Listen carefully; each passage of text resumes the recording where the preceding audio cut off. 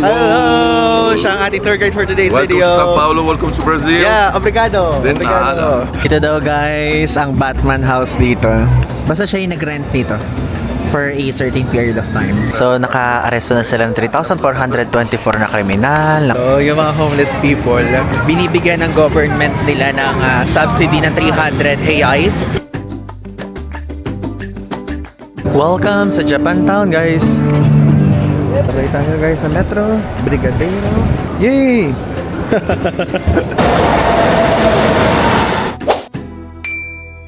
Hello guys! I'm back again with another vlog at ngayon po ang ating first full day of exploration dito sa biggest and largest city sa Brazil, sa Sao Paulo. Okay? So now, nag-book po tayo ng tour again.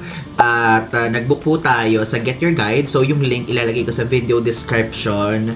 And kapag ka-interesado kayo, pwede nyo pong gamitin yung codes na to. Ayan. Yung code ng Get Your Guide na yun, one-time usage yan. So makaka-discount kayo ng 5%. And also, kapag ka mag-book kayo ng hotels, ganyan, sa Agoda, pwede nyo gamitin 5 times yan, yung usage niyan. And sa Klook naman, one-time usage yan. Okay? So, this one, ang atin pong tour is walking tour siya. Meron tong meeting point na kung saan pupunta tayo doon. Malapit lang naman dito. 12:30 p.m. to 5 p.m. siya. So, yung duration ng mismong tour na to is 5.5 hours. And ang pupuntahan natin is yung Liberdade area na kung saan yun po yung Japantown dito. And aside from that, pupunta din tayo sa mga ibang museums. Meron ditong coffee visit na kasama. Sasakay tayo sa subway, sa metro. Then, State of Sao Paulo na meron ditong beer, cocktail, wine, shopping. Yun lang kasi nakalagay sa mismong ano niya, sa mismong Get Your Guide. So sabi ko, okay, maganda yung reviews niya.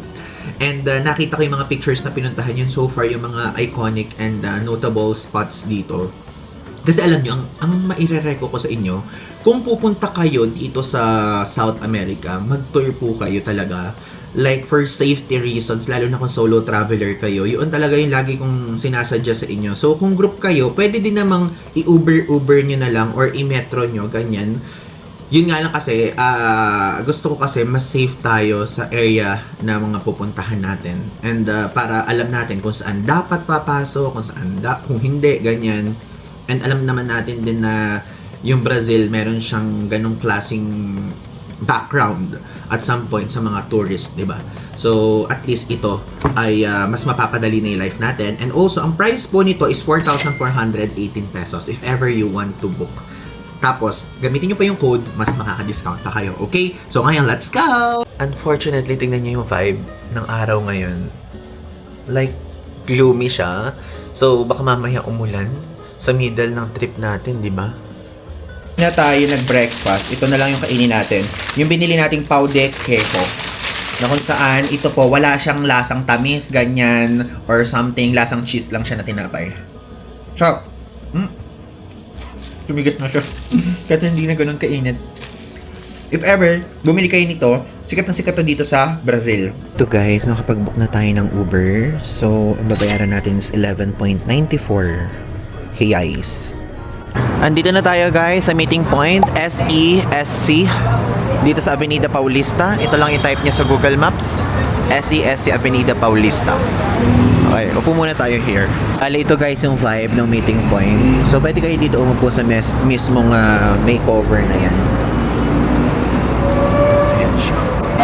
So, ang temperature ngayon dito is 24 degrees Celsius. If ever kung pupunta kayo dito ng August 14, mga ganun yung dapat yung expect. Okay guys, first stop, dito na pala mismo yung first stop natin sa SESC. So this one, social security daw to. So yung mga locals, nag-iiwan daw dito ng mga anak nila, ganyan. Meron daw dito mga pool, mga fitness area. So i-check natin. Ang daming pwede nilang gawin, no? Gym, like Pilates, yoga, library, restaurant, and rooftop. And that's all for free? Yes, Wow. for yours. The restaurant and coffee, like we pay just like 25% of the price. Yeah.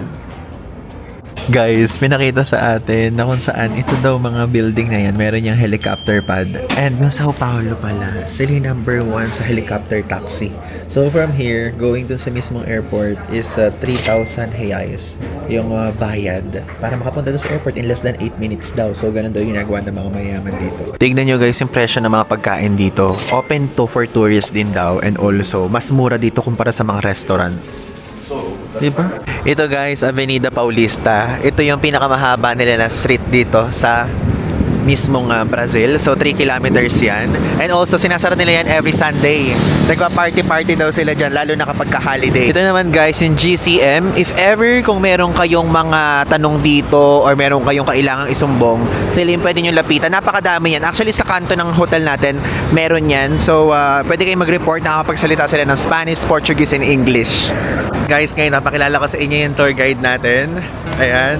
Can you say hi to the vlog? Hello. Hello! Siya ang ating tour guide for today's Welcome video. to Sao Paulo, welcome to Brazil. Yeah, obrigado. De Obrigado. nada. Ngayon guys, pumasok muna tayo dito sa Casa de Rosas, House of Rose. Ang ibig sabihin nun, binigyan tayo ng 20 minutes dito para mag-explore. Let's go!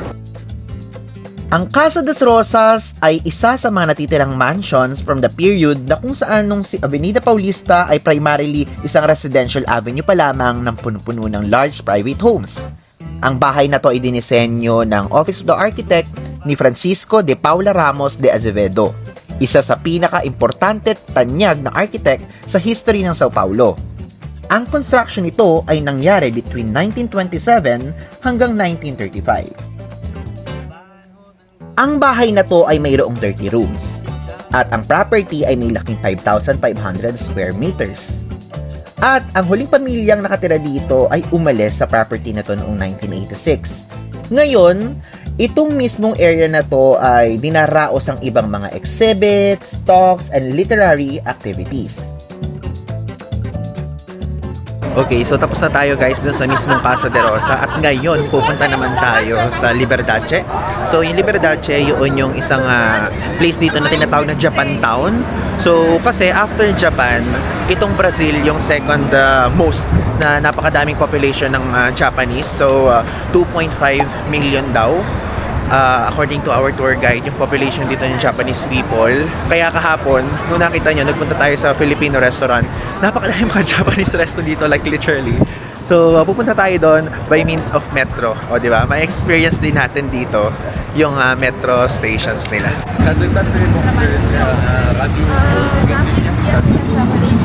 Sabay tayo guys sa metro, Brigadeiro.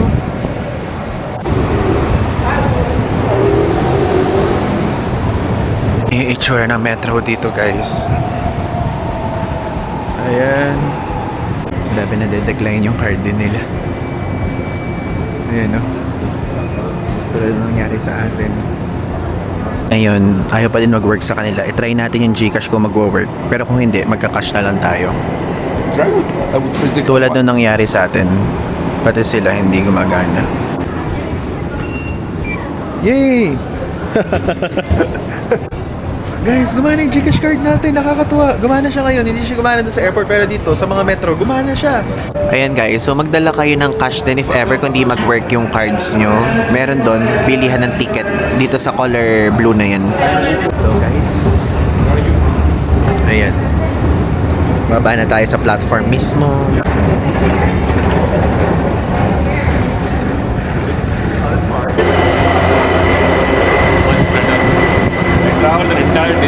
Guys, so andito ngayon tayo sa Brigadeiro. So lilipat tayo sa Paraiso, color green line. Lilipat tayo sa blue, tapos pupunta tayo sa Liberdade. There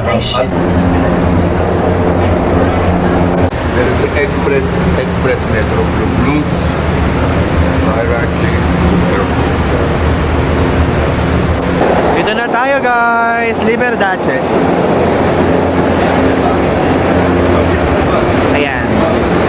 Japan, Liberdade. Ito na tayo guys. Tokyo without discipline.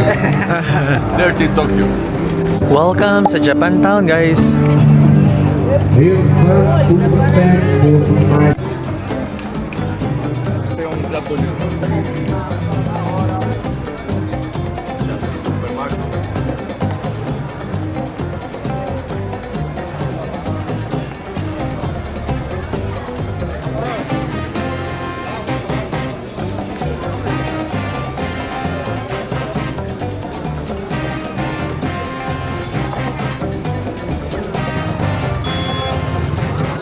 Dito guys sa Libertad, napakadaming mga supermarket na nagbebenta ng mga Japanese products.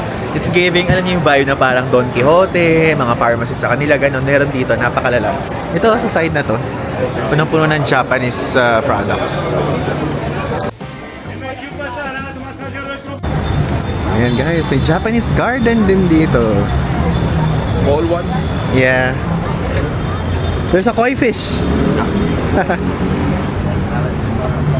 Welcome to Kyoto, Japan.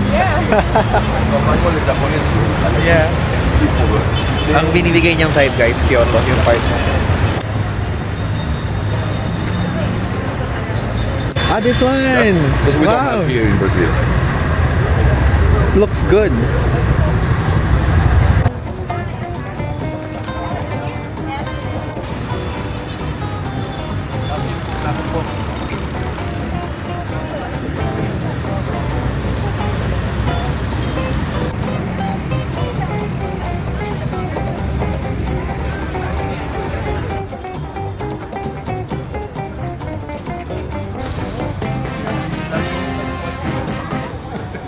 Punta tayo guys dito sa first Hello Kitty in the world daw.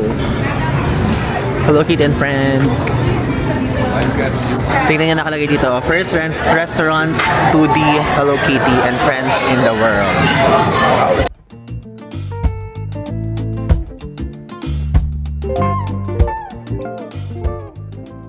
Ito guys, nasa harapan natin. Ito naman yung first police station dito sa Sao Paulo. Pero ngayon, puro mga administrative works na lang daw ang ginagawa dyan. Ito na, babalik na tayo dito sa metro kasi pupunta na tayo ng Cathedral. Ngayon guys, tara na. Ayan, sa color blue lang daw pagka card ang gagamitin. Tignan nyo lang to. Hindi lahat pwede.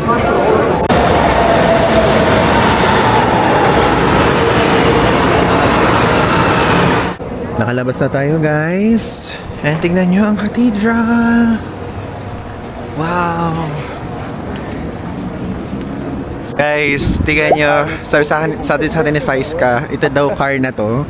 Ang laman daw niyan, puro mga food sa homeless. Kasi yung government ay sinusuportahan nila yung pagkain for daily living ng mga homeless dito. Ito ay matuturing main cathedral sa buong Sao Paulo. Ang first church sa site na to ay ginawa between 1598 and 1612. Ang original church ay relatively simple lamang ang architecture, structure na gawa sa isang traditional construction techniques. Yung site ay eventually naging cathedral noong 1745 at ang construction ng current cathedral ngayon ay nagsimula noong 1913. Predominantly neo-Gothic ang architectural style nito.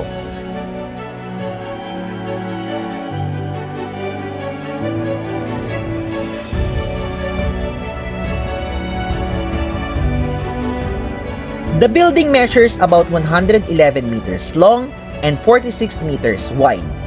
Mayroon ditong two main towers na may approximately 100 meters ang taas according to the Sao Paulo Municipal Government. The cathedral has an enormous collection of stained glass, including works from Brazilian studio Casa Conrado and European artists. Tapos na tayo guys dito sa cathedral at ngayon bibigyan ko kayo ng fun fact about dito sa area naman na to according sa tour guide natin si Faiska. So dito sa area na to, mayroong mga nagbabike na nagpapanggap. Ayan, for example, gusto niyo yun guys, bigla akong pinutol yung kasi ang dami mga nagbabike.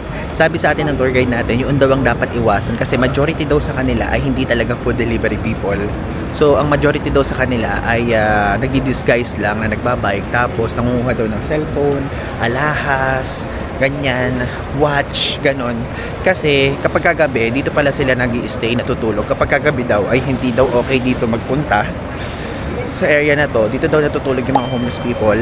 And yung thing naman, kapag ka naman nagnakaw sila or kinuha nila yung watch, cellphone, pera or alahas nyo, ay pupunta naman daw sila sa Crackland na tinatawag o Cracklandia. Doon daw yung bentahan ng drugs. Papalit daw nila yun. Ganun daw ang sistema dito. Ito guys, si Sao Paulo. Kung saan pinangalan ang lugar na Sao Paulo, Brazil. Dito guys, sa side na to, madaming mga homeless people na nakatambay. So they give some... Guys, may explanation itong graffiti nila dito. So yan pala, kapag ka kunyari mas mataas yung graffiti na nagawa mo, mas high respect sa'yo. So ganun siya, mas mataas, mas respetado dito. Ang ganda ng area nila na to. Ito yung first church nila, pero hindi na yun yung original structure kasi nilindol na before. Ginaya na lang yung architecture. Next up guys, pupunta tayo dito sa Museum of Favelas. Naalala niyo yung sinabi ko sa inyo na nasa Rio tayo? Na yung favela, large community siya na nasa informal setting. Ngayon, let's go.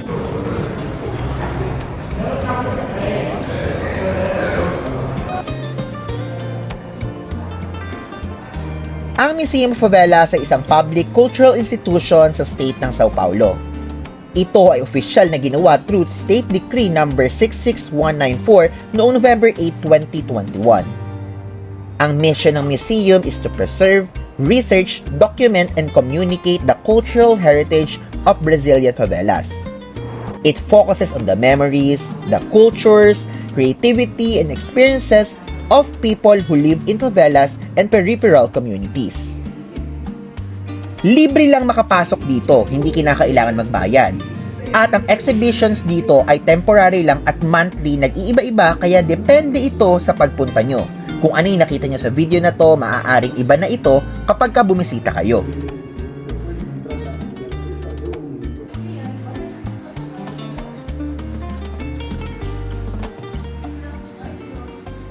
And guys, bisitahin naman natin ang first church dito sa Sao Paulo.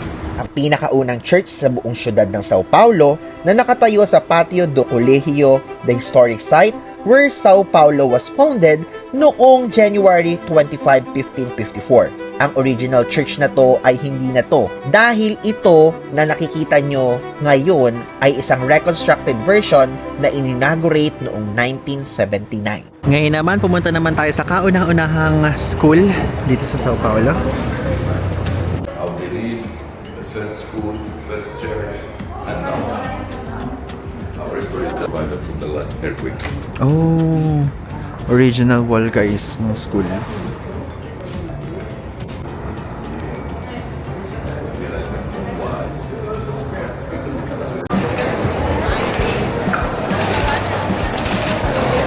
Guys, andito ngayon tayo sa Center of Monitorization ng mga police dito sa Sao Paulo.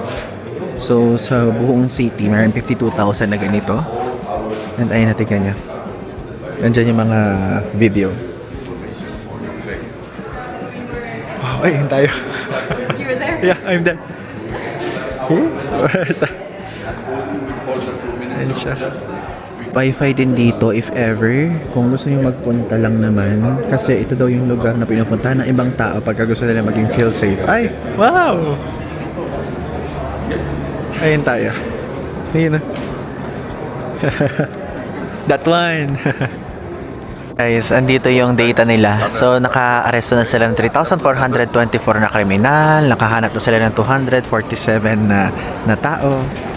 Tingnan niyo to guys, mga kiosk na to. Para to sa mga bankers, naglilinis sila ng sapatos. Andito na tayo ngayon guys sa kainan. Eating stop. So, pwede kayo umorder na kahit ano. Hindi kasama yan sa tour, pero tayo, burger na lang tayo. Ito lang siya. May kasama na siyang fries. Ito na yung food natin. Tapos na tayo guys kumain ng burger dito and ang binayaran natin is 61 reais. Diba? Nakakabusog siya. Guys, tapos dito, yung mga homeless people, binibigyan ng government nila ng subsidy ng 300 reais per month. Tapos yun, ano yun, pangkain ng mismong dog nila. Sakay tayo guys sa metro ulit.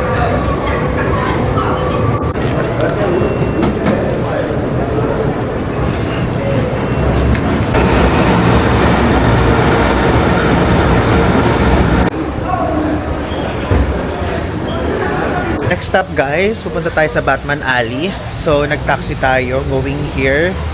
Ang binayaran namin each is 7 hiyais. So, ito siya. Batman Alley! Guys, ito daw Batman Alley. Pinupuntahan daw to ng mga Brazilians kapag ka weekend to take the negative energy out. So, dito sila umiinom, smoke daw, ganyan. And napakadaming mga dito, art na makikita nyo. The artist here in this place for 1 month, 2 months, 3 months. That means if you come next time, It's different. The Batman is different. Oh! Iniiba-iba siya. So may rights siya. Like 3-month rights, ganun. Ito ang Beco do Batman o mas kilala bilang Batman Alley. One of Sao Paulo's best-known street art destinations. Na located sa Villa Madalena, a neighborhood known for its nightlife, art, and bohemian atmosphere.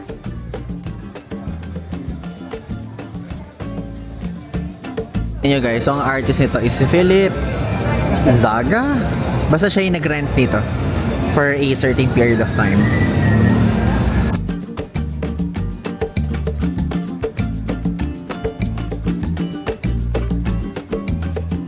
Ito daw guys, ang Batman house dito. This one. Ang area na to ay nasa gitna ng Rua Goncalo Alfonso at Rua Medeiros de Albuquerque. Ang nickname na to ay nagmula dahil may isang graffiti ni Batman ang nag-appear dito sa mga walls noong 1980s. At after nun, ang mga local artists dito ay nagsimula na ding pintahan ang mga wall ng kanya-kanyang artwork. Wow! Black light on.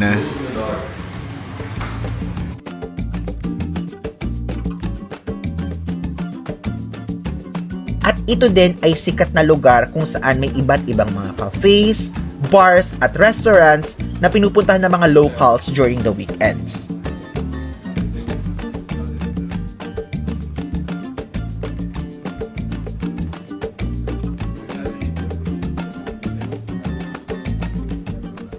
Nakarating na tayo ngayon guys dito sa ating hotel. Ito yung Ibis na hotel. Pero, check muna natin tong shop na nasa harapan natin. Ito siya. Ito, may nakita ko dito. This one. Kasi papaalis na rin naman tayo. Gusto ko lang i-check. Ay, ang mura.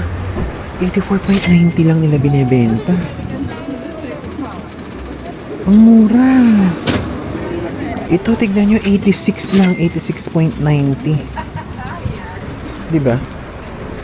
Ano mas maganda sa dalawa? Maganda sana to pero polo shirt siya. Ayoko ng polo shirt. Ito. Mas maganda yung quality ng polo shirt naman. Ayoko lang kasi nung may ganito. Ito guys, maganda din tong color blue. 84.90 naman siya. Pero itong yellow ang bili natin. Ito na lang. Tingnan nyo yung shop na to nasa tapat lang ng ating hotel. Ito yung mga power bank meron. Ang mura natin nabili 69 lang. 69 reais. Tapos ito, meron siyang ganyan din dito. Oh. Mga magnet, 8 reais lang dito. Na guys, yung nabili nating shirt. We're back na guys ngayon dito sa ating hotel room, and again, it's time for quick debriefing kung ano yung nangyari ngayong araw. So 5:56 PM, ayan. So 12:30 nagsimula yung tour. So medyo mahaba-haba din yung tour. After lunch naman siya, so makakapagpahinga naman kayo sa morning. So share ko lang sa inyo itong binili natin.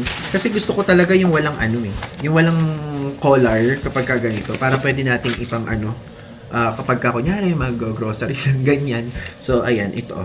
So pa t-shirt lang yung effect niya. So, nagdagdag lang tayo ng 20 reais pa dito. Ayan. Ito at least, meron tayong Brazil na souvenir na jersey, di ba? Sa tapat lang to ng hotel natin. So, ngayon naman ay share ko sa inyo yung experience natin sa ating tour for today's video. Bali guys, I think yung tour natin for today ay super sulit niya because nag-guide tayo sa lahat and also napaka-informative. Yung info na hindi natin mahahanap sa Google. Yung mga info na very local, ganyan. So, yung mga iba na share ko sa inyo, pero yung iba, kapag ka nagpunta kayo dito, kayo na makakaalam din nun. So, mga nagustuhan ko yung part na na kapag kunyari nagbibigay ng subsidy yung mismong gobyerno sa mga homeless na 300 hiyais, tapos budget yon for a month para sa aso kung may aso yung homeless, and also ay chine-check yun regularly ng mismong government nila kung talaga napapakain, napapaliguan yung aso, ganyan.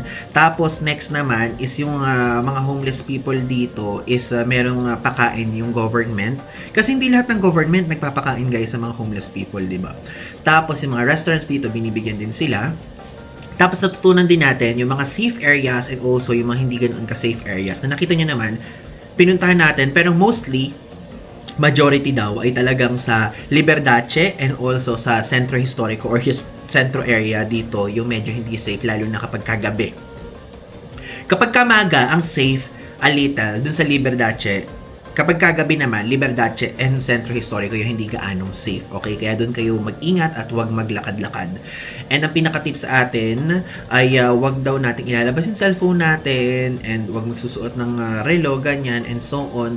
Kasi tulad ng tinip din sa atin na yung mga nagbabike dito, hindi daw lahat ay food delivery person, kundi yung iba daw doon ay nagdi-disguise lang na kung saan mabilisang kukunin yung cellphone nyo at hahablutin. Kasi parang ano sila yun yung ginagamit nilang way, tapos i-exchange nila doon sa isang area dito na nagbebenta ng mga hindi magagandang gamot, ganyan. So, yun yung pinapapalit nila. So, in exchange, yun yung siguro nakakuha sila ng pera, and aside from that, yung pinagbabawal na gamot yun. Yung mga ganong klaseng thing. Kapag ka naman magre-research kayo online, makikita nyo din naman yun. So, yun so far. And nagustuhan ko din na yung una ay in-explain sa atin yung social security building dito. Na ang mumura ng mga staff, and kapag ka kunyari, ay magpupunta daw sa mga mall, yung mismong parents, yung mga anak pwedeng iwan doon. Parang ano siya, para siya magiging, ano yan, yung mga playground sa mall, yung iiwan mo doon yung bata mo, pwede nilang gawin yun dito. And also, mura din doon yung kape, pagkain, ganyan, kumpara sa mga actual restaurants dito, ganyan. Mayroon din doon fitness area, and hindi lang siya yung tipong sa Sao Paulo or sa Paulista area, kundi meron din sa Rio, ganyan, and so on, at sa iba-iba pa, diba? Nagustuhan ko so far yung mga pinuntahan natin, and I guess, magugustuhan nyo din siya, and if ever, kung gusto nyo to, ilalagay ko na lang yung link sa video description, para pwede nyo ding mabook, okay? So, I think, mas safer option to kesa mag-DIY kapag kayo po ay pupunta dito. At yun din naman yung sinabi sa atin na medyo kinakailangan nga daw mag-ingat dito, ganyan. And I'm so satisfied, 10 out of 10 yung ating tour for today. And masaya din siya kasi meron tayong mga nakasama na kung saan hindi sila nagsasalita sa vlog kasi nahihiya sila. Pero nakasama natin sila, isang taga South Africa, taga France, and also taga India. And I'm so happy dahil nagka-jive-jive din naman kami kahit paano. No? Hindi ko na isasama yung picture nila dito, yung picture kami kasi nahihiya nga daw sila sumama sa vlog. So, yun lang naman guys. I hope natuwa kayo sa ating vlog for today. Ang pag-explore natin sa biggest city sa Brazil. And yun, malapit na matapos yung Latin America series. Maraming salamat sa pagtanggap at pag-watch ng lahat ng vlogs natin. Again, Ivan Digusan po. Abangan nyo pa ang susunod nating vlog dahil i-share ko na sa inyo kung magkano yung nagastos natin sa buong Latin America series plus Turkey. Okay? Again, Ivan Guzman. So, yun lang. Thanks!